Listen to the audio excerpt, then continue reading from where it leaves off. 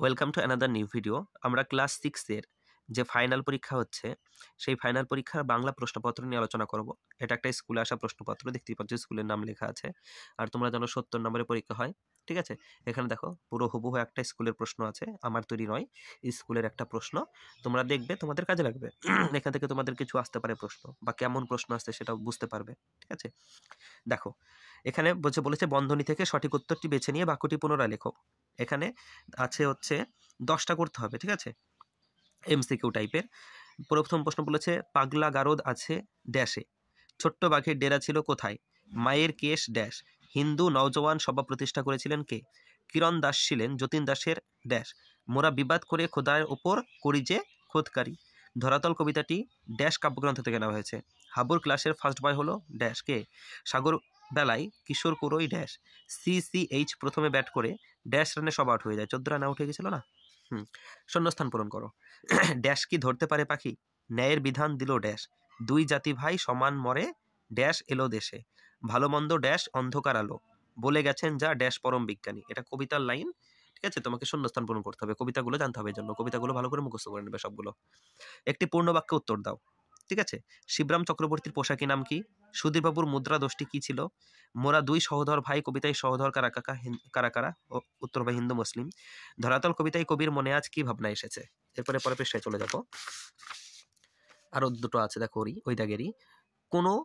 কোন পারাপারকে অনন্তপার বলা হয়েছে, জ্ঞান পারাপারকে। CCH দলের ক্যাপ্টেন কে ছিল, ঠিক আছে। এরপরে 4 দাগে আছে শব্দার্থ লেখো, দরাজ, গরিমা আর মরকে। এরপরে নিচের প্রশ্নগুলো উত্তর দাও, যে কোনো 5টি, এখানে তোমাদের বেশি দেওয়া আছে 5টার থেকে, যে কোনো 5টি করতে হবে। সাইকেল ঘাড়ে করে যেতে হলেই হয়েছে, লেখকের গন্তব্য কোথায়, সাইকেল ঘাড়ে করে যাওয়ার প্রসঙ্গ এসেছে কেন। এটা সেই লেখক যাচ্ছিল না, রাঁচি থেকে হুড্রু যাচ্ছিল, না হুড্রু থেকে রাঁচি যেন, যাই হোক খেয়াল নেই ওইটার।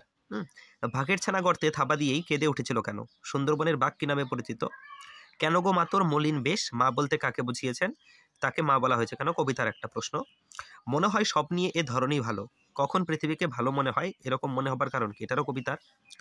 ছেলেটা চর্চা রাখলে বড় হয়ে নির্ঘাত সাহিত্যিক হবে, বক্তাকে ছেলেটি সম্পর্কে এই কথা বলার কারণ কি, ওই সেই হাবুর বিপদিত ছিল, ওই যে বানিয়ে বানিয়ে রচনা বলছিল, ওইখান থেকে নেওয়া হয়েছে এটা, মাস্টারমশাই তারিফ করেছিল। যতীন দাসের পিতা কোথায় চাকরি করতেন, কেন্দ্রীয় ব্যবস্থাপক সভার অধিবেশনে কি ঘটেছিল, চটপট মঞ্জুর হয়ে গেল, কোন আবেদন মঞ্জুর হয়ে গেল, তার এমন আবেদনের কারণ কি ছিল, এই যে ননিদা নট আউটের এটা। হ্যাঁ, পথ পরিবর্তন করো, কুসুম, সন্দেহ, উৎসুক, সন্ধি বিচ্ছেদ, নিঃশ্বাস, কান্না পর্যন্ত।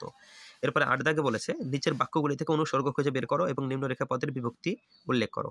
বাবার কাছ থেকে চিঠি আনতে হবে, বাবার নিচে দাগ দিয়েছে। উঠানে কিছু ছেলে লেখা আছে, উঠানে ছোট্ট বাঘের জন্য বাঘজননী লজ্জা পেয়েছিল, বাঘের। এরপরে চলে যাবে 9 দাগে, কি বলেছিল, নিচের শব্দগুলি থেকে উপসর্গ পৃথক করে তা দিয়ে একটি করে নতুন শব্দ তৈরি করো, ঠিক আছে। যেমন উপসর্গ কি, একটা উপসর্গ, দিয়ে একটা নতুন শব্দ, অবহেলা দেওয়া আছে, তুমি নতি লিখতে পারো। উপনিবেশ, একটা উপসর্গ, দিয়ে কি লিখতে পারো, উপমিত লিখতে পারো। বেমালুম, একটা উপসর্গ, তুমি দিয়ে কি লিখতে পারো, হিসেব, ঠিক আছে।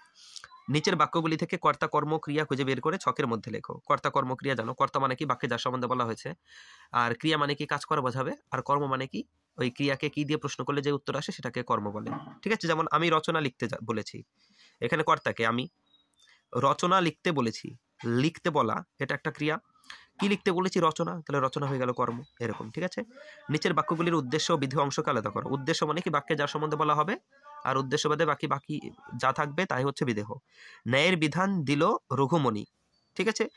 এখানে ন্যায়ের বিধান দিল রঘুমণি, উদ্দেশ্য কোনটা, ন্যায়ের বিধানের সম্বন্ধে বলছে, তাহলে ন্যায়ের বিধান, আর বাকিটা বিদেহ, ঠিক এরকম করে, ঠিক আছে। 12টা নিম্নলিখিত যে কোনো একটি বিষয়ে পত্র রচনা করো। চিঠি লেখা এসেছিল কার কাছে, বাবার কাছে, পুত্রের চিঠি, আর একটা প্রধানের কাছে, মানে অঞ্চল প্রধানের কাছে, কি সম্বন্ধে, রাস্তা ভেঙে গেছে, সেই রাস্তা সংস্কারের আবেদন জানিয়ে।